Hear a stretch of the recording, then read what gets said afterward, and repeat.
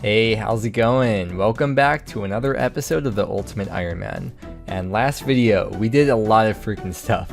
We got 100 combat, we spent a few days at pest control to get void and 70 prayer, and we finished getting the Mauritania medium and hard diary done, which is how we got to where we're at now. The goal for today is going to be to train construction to at least level 85 so we can build master stash units, and of course all the other things we'll be able to build in the house as well at that point. The Mauritania Legs 3 unlocks an extremely niche method of training construction for a UIM due to its unlimited teleports to Birdie Rot, so you'll see in just a bit how this comes into play.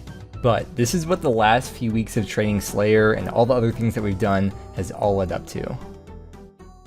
First thing we have to do is some of the most dead content in the game, Shades of Mortone, because we have to get the Flamtur bag. The Flamtur bag is also something, just like the Mauritania Legs 3, is also vital for this method. However, you always lose the Flamtur bag on death no matter what, so we have to suicide first, and then we have to get the Flamtur bag. It's also a dangerous minigame, so if we die, we'll lose everything in Zora.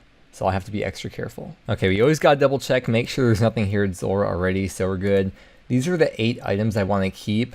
The Tome of Fire, I'll leave it up here in case I decide later on I want to grab it, but otherwise, these 8 items I think are what I want to keep. Okay, I think we'll grab all the money out of the coffer minus like 100k or something, so we'll grab like, I guess, 6.5 mil. Always good to have a little bit left over just in case. Okay, we're back at Zora. Let's go claim the things. Cool. That looks right to me. Put all that on.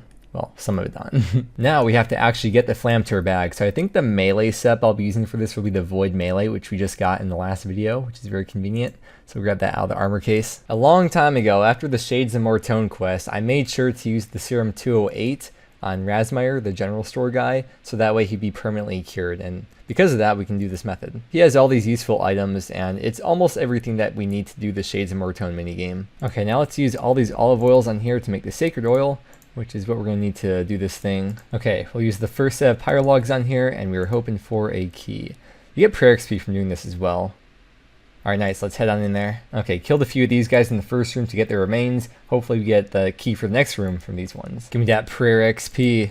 And give me a key. Nice. Alright, we got the remains from this next room now. And I heard that willow logs are best to use from here on out. So let's go chop some willows. These Ryle remains are the first ones where you can start getting black keys from. And black keys are the ones that are most likely to give you the Flamtur bag. So hopefully we get lucky with these. Yes, we got 3 keys to work with here. Okay, for any fine cloth that we get, I will be keeping that because that's what you need to make split bark. And we need 3 different split bark items for some of the stash units. Yes, we got the Flamtur bag, yes. This whole process was so fast, dude. It took like maybe half hour at the most. Once you know what you're doing, it's really not that bad. I do have a lot of experience from doing this on my hardcore. I don't know why I'm like running all the way back here. All right, let's get everything set up then. I was looking at the split bark stash units, and it turns out we don't even have the items to build any of them. We're missing like 1 item for each of them that we just can't get due to our skills or whatever. So I'm gonna drop the fine cloth. We only got 1 anyways, which wouldn't be that hard to get back. And we'll just go ahead and drop the rest of all this stuff. Clear out the inventory a bit. We got our Flamtur bag. Everything is good in the world. Just kidding, we're actually gonna low alch all this stuff with our explorer's ring. And let's grab our graceful out of the house. I haven't put this set on so long, dude, with all the Slayer we've been doing. It's been all melee armor. We've been weighing so much for so long, but now we're very agile. We're starting with about 6.6 mil.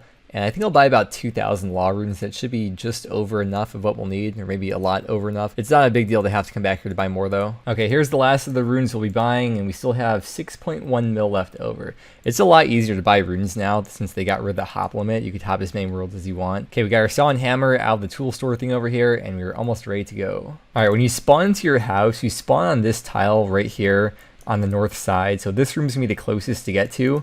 So for this door hotspot, we need to build the games room for 25k. So let's just build that just like that, because the attack stone right here, that's what we're going to be building. I think this is it though. I think we're officially ready to get started with the construction training method. We have level 77 construction, and I guess I'll show you how this works. So we're going to teleport over here to Birdie Rot, and run up here north through the gate. When you go through the gate here, it kind of stalls for like 1 tick, so that's technically the best place to hop worlds because you hop worlds every trip for this method. You know me though, you know I'm not going to bother doing that. I'll probably just hop whenever I feel like it. I'll probably come up with some method that works for me as I do this, but we're going to head into the door over here, talk to our guy Rasmeyer. Once I get comfortable with this method and get into the rhythm of doing it, I'll figure out the exact GP per XP of it. But from what I've heard from multiple sources, it's 2.7 GP per XP. But what we're going to do is buy an inventory and then put it in the Flamtur bag. And the Flamtur bag can hold up to 60 limestone bricks in there. So we're going to do that 3 times, store it up all the way with the limestone bricks.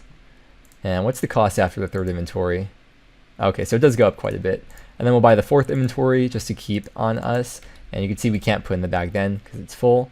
So we can teleport home now. Actually, you know what? There's no setting to make it so that you go into your house automatically in building mode. So what we're going to do is go to the house options and put teleport inside to off. So now when we teleport, the default option will be outside. You could always just right click as well, but since we'll be here for a while, we may as well set the left click to outside. So this is where we're going to spawn when we left click teleport to outside the house now. You can always right click to go into building mode right away from outside the portal, but if you're on RuneLite, there's an option. If you go to menu entry swapper, go into the settings and go down to home, you can set the left click to build mode. So that way, come back over here, you can left click to go straight into build mode. So now what we're going to do when we get in here is run up here, remove the attack stone, build it, remove it, takes 10 limestone bricks each. Then for the second one, we hold down 2 and keep on holding down 2. And this is why I have the Flamtur bag down here, so you could easily just right click, left click. So empty, this is why we're holding down 2, because that way you can skip over this dialog message and you'll just automatically take the limestone bricks out. So we're gonna keep on doing this over and over till we use up all of the limestone bricks that we have. I'm saying limestone bricks a lot. And then with the last bit of limestone bricks in the bag, once you empty that out, this is why you wanna hold down 2, because if you accidentally destroy it or click destroy, if you're holding down 2, it's gonna say no, so that way you don't destroy it. But if you're holding down 1, like if you're removing it, holding down 1 and keep holding down 1, and then you right click, left click, destroy, you're not going to be having a good time. So it's always best to hold down 2 the whole time and only click 1 just when you're ready to remove it. Here, let's put these back in the bag real quick. For some reason, you can't destroy it when you have stuff in there. So it's not too big of a deal, but for that last little bit of the inventory, it would be very easy to make a mistake. Oh yeah, it's also the same reason why I have the Mauritania legs on the bomb as well. So I could easily right click, left click for birdie route teleport like that. So we're starting off with actually about halfway through 77 construction. We got about 50% through the level, all just through all the long bones that we've been turning in from Slayer. So that's pretty nice. And it should be just over an hour until we get the next level. By the way, whenever you hop worlds, for some reason, Rasmeyer in here doesn't have the option until you talk to him once. And then he turns blue, and then you can trade with him. So I'm sure there's some lore behind that I just can't be bothered to read into. I'm also going to add Rasmeyer Keelgin onto the NPC indicator, so that way he's a bit easier to see from here. With the camera zoom, it might also help to turn the vertical option on, because you could see like a top-down view, because when you're like that, this tree right here does tend to get in the way a bit. I personally don't really like playing with the vertical camera angle. It's just kind of weird to me. I know this is very random, but I need some downtime too, okay? 73 agility over here at the pond. This is actually a really good level, because this is the Troll Stronghold shortcut for the herb patch. So once we add that teleport to the Nexus, it'll teleport us straight there right next to the herb patch instead of like the bottom part next to the Troll Stronghold. Okay, the first level coming in for the construction grind. It doesn't feel like it's that big of a deal since we were already halfway through the level, but there's 78, and I guess now the real grind begins, because now, as you can see, we have quite a lot of XP until the next level. By the way, I guess I didn't mention it before, but this method is about 65k XP per hour. For someone who's paying attention, so someone who's not me, I'll probably average like 50k XP per hour or something over time, probably even less, but yeah, just so you know for reference. Also, by the way, here's the gate skipping thing I was talking about. If we hop right here, it will appear over the gate. I want to start doing birdhouse runs as we're training construction, which is actually why I kept the rune axe out and with us. So let's go ahead and claim back the Tome of Fire, because we have the shield slot open. So there we go. I actually worked that out perfectly. Okay, we'll start with like 200 nature runes, and we'll buy maybe like 100 or 200 at a time as we need them. I'm going to go ahead and alch the Dragon Scimitar, because you have Monkey Madness 2 done, so it's super easy to get back. We don't need Greegrees or the Monkey Speak Amulet or anything. So we're going to alch that, get a little bit of cash back, and replace that spot with nature runes, so we can do our birdhouse runs and alch the nests and alch the rings that we get. Okay, one more attack stone for 79 construction. I really feel like a UIM now. Alright, 75 hunter. We can now catch magpies barehanded, which is nice because I never carry around a net. Like, there's just no reason to. But they're good for alchs. They have a lot of good alchable drops. The first clip sounded really bad, so I'm just redoing this right now. We got level 80 construction. As you can see, let me move the screen marker. There we go. We got level 80 right there.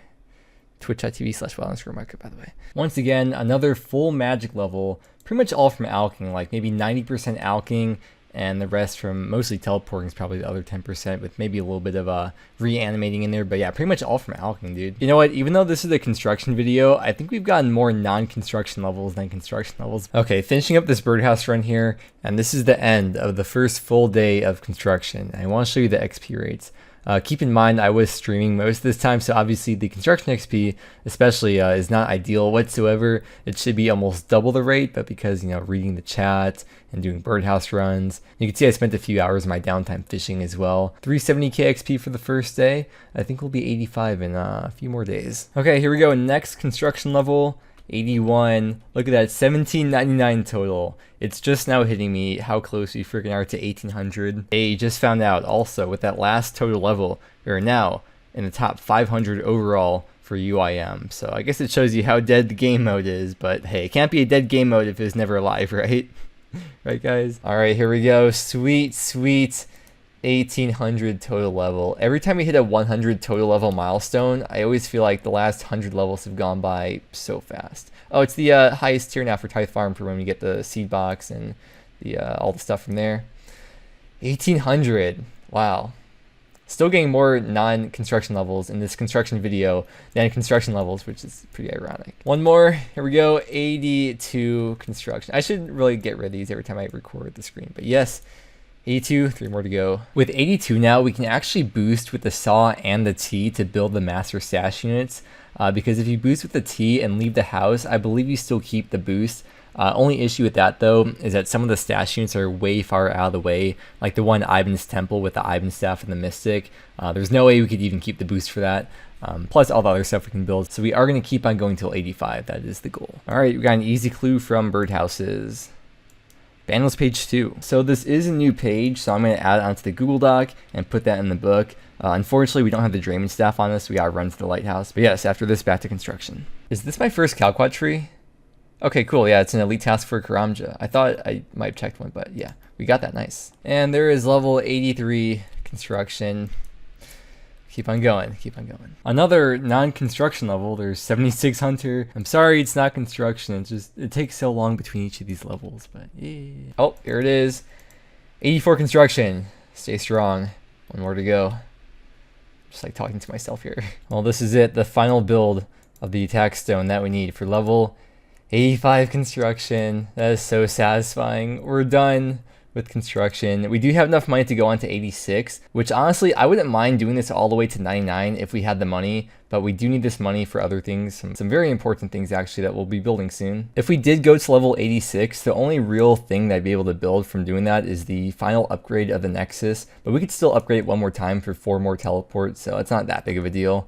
Let's go check the XP that we gained now in total in this video. So the construction XP we gained was almost 1.7 mil. And then the magic XP from teleporting and alching during birdhouse runs, 73k. And then the hunter XP we've gotten over the last few days of doing birdhouse runs in between doing construction, just over 200k XP. I just want to clarify because I had quite a few people asking me in the stream, you should not do this method unless you're an ultimate Ironman. I didn't think this would have to be said, but I guess I'll say it anyways. It's just not worth the time to do. It's a very click intensive method.